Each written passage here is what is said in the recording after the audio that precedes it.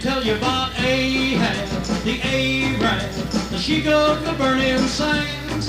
He had emeralds and rubies just dripping all over him, a ring on every finger of his hand. He had a big old turban wrapped around his head and a scimitar by his side.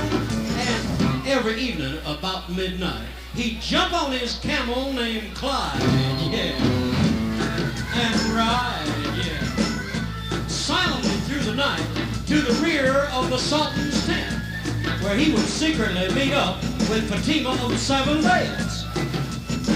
Yeah, the swingin'est #1 dancer in the Sultan's whole cotton-picking harem.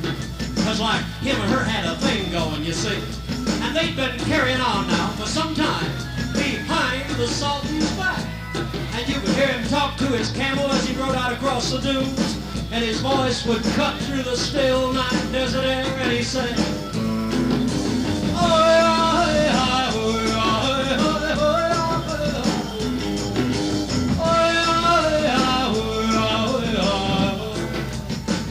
which is Arabic for whoa, Clyde, yeah. And Clyde, he looked back at Ahab with those soulful-looking camel eyes which he did possess, and he said,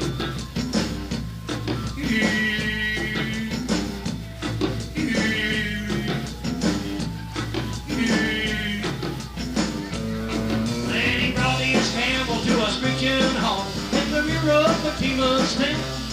Well, then he jumped off Clyde, snuck around the corner, and into the tent he went. Out there he saw Fatima. She was a-lying on a zebra skin rug. She had rings on her fingers and bells on her toes and a bone in her nose. Oh, yeah.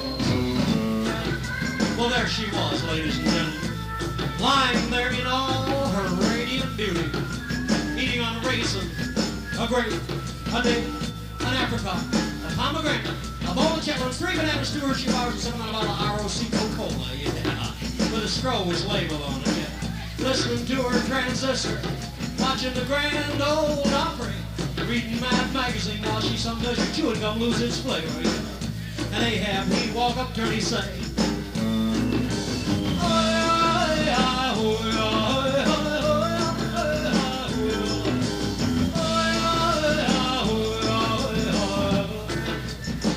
which is Arabic for let's twist again like we did last summer, baby, yeah.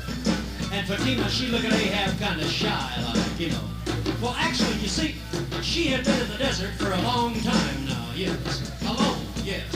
And she looked at Ahab kind of shy, like, and she said,